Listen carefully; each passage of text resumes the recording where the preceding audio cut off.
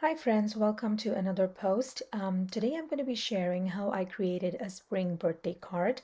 I'm featuring stamps from Unity Stamp Company. One of them is the Growth is a Process, which is a smack kit from March 2020. I'm going to be also using dual brush markers from Tombow for actually stamping. I start out by inking up the jug stamp and then stamp it on a piece of scrap paper, and I cut it out to create a mask. Then I position my stamp on watercolor paper. I'm using Canson XL and stamping on the textured side of the paper. I'm coloring it up using a Tombow marker. This is one of the lighter shades of warm gray.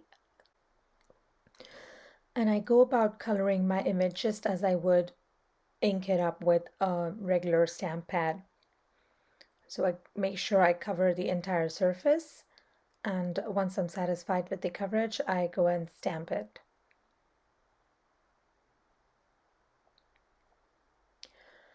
Once again, I spritz the surface with a little bit of water and then go ahead and stamp it with just the water. So this is going to kind of distribute and disturb the stamped image, but that's going to give it a watercolor look. Next, I go ahead and color up the same image with one shade darker than the original shade of gray that I used. So you can do this with any watercolor markers that you have. Even the Korean markers work well for this technique. So now you can see that the jug is a little darker. I scribble out a little bit of ink on blending palette. You could just go ahead and do that on a glass mat too. I take my watercolor brush with a little bit of water and I color in the jug.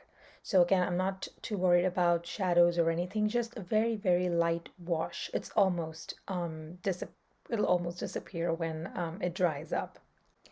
Next, I come in with a really dark shade of gray. It's almost black. And then I go about shading the jug just in the same way that I did the previous time, and I stamp it down. Once I'm happy with the stamped image, I go ahead and position my mask over it, and I use some washi tape to hold it in place. I place my bunny and go about coloring it. I'm using a shade of brown. It's a darker shade from my Tombow markers, and I color in the bunny just I did with the other stamps. And I'm going to stamp it down. So because I'm stamping on the textured side of the watercolor paper, you can see that the image is not very crisp. So I go ahead and color it in and go and stamp it one more time. Once that is done, I will get some water, just clean water on my brush, and I'll go about coloring in the image. I don't even really need extra ink because there is a lot of ink left on the stamp, so I just grabbed that. It's a little too dark, so you can see that I'm cleaning out my brush and taking in some more clean water, and then making sure that the coloring I do is a very light shade of brown and not too dark, because I don't want to lose the details from the stamping. However, it is quite common you will lose a little bit of detail, and the best fix for that is to go back in and stamp again with the same darker shade of ink. So there I'm going back in with the brown marker, and I'll be stamping it down one more time. So once that is done, I'm going to position my tulip flower in such a way that it is peeking out of the jug, and I color in just the area that's going to be seen. So I color the stem using a green marker. Again, I do it a couple times to make sure I get enough ink coverage. Remember, because it is the textured surface of watercolor paper, there might be some areas that look splotchy, but it's easy to fix that. Just come in with a wet brush and even it out. Then I use pink to color the tulip itself, and then follow the same technique using water to color it in. Just clean water, because it's going to cause the ink inside to spread.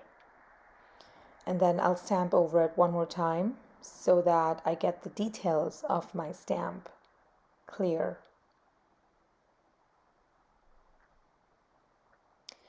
For the second tulip, I position it in such a way that most of the stem and the leaf are hidden and I just have the flower peeking out. I use a bright yellow for this because I love the combination of pink and yellow for a spring vibe. Because the yellow is very light, I use a slightly darker shade of orange to kind of define the outlines and then blend it in using the yellow marker one more time. So as you can see, most of the details seem to be lost, but then when I go back in with the orange marker, blend it in with the yellow, it will come back to a well-defined flower with shading. So I love the no-line watercolored look that I'm able to achieve with this technique. And while I'm quite successful doing no-line watercoloring with floral images, I would really struggle to do that with a little bunny like so. Next, I scribble out a little bit of pink on my blending palette and use a very light shade of that to color in parts of my bunny that have been left white. You can see here that the pink blends in with a little bit of the brown to give a more soft, muted pink, which is perfect for my bunny image.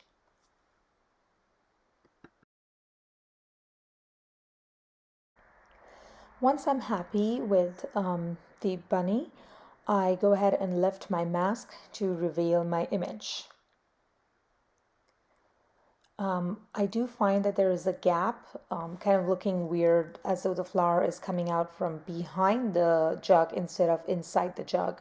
So I cut up my mask a little bit and then found the gap that needs to be filled. Just brought in my green marker and filled in the area that I felt I needed to color in. Next, I scribble out some blue on the blending palette and then use clean clear water to define the outlines of my image and then use the blue to kind of paint a halo background around it.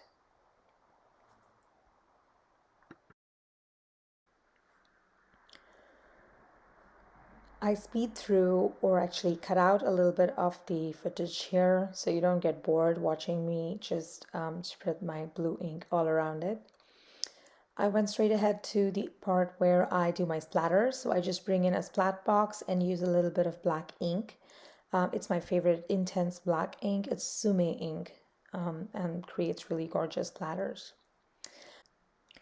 Next, I grab a sentiment from the Hugs, Kisses, and Birthday Wishes sentiment kit. It's a tiny little sentiment and fits perfectly in the space right above the bunny. I stamped it using VersaFine Clair Nocturne ink. Now, because I did my splatters before I put my sentiment down, I had some areas of black that kind of obscured the letters of my sentiment. But I don't get discouraged. I just brought in my Posca pen, which is a white paint pen, and was able to fix those little areas that I needed to fix. Finally, I wanted to embellish my card using some ribbon. I found a little piece of ribbon in my stash and decided to tie it around the panel and turn it into a little bow. Now, because it is a little small, you see me struggling a little bit, but eventually I do turn it into a little bow and I'm quite happy with the way it looks. I move it, adjust it so it kind of gets to the side of my panel. Then I could bring in my card base. I'm using Nina Desert Storm, which is a craft cardstock. It's a really light craft and I really like it for my watercolor panels. I use liquid adhesive and put my panel down. This completes my card for today. I hope you enjoyed this technique and we'll give it a try. To see more videos, do like and subscribe to my YouTube channel.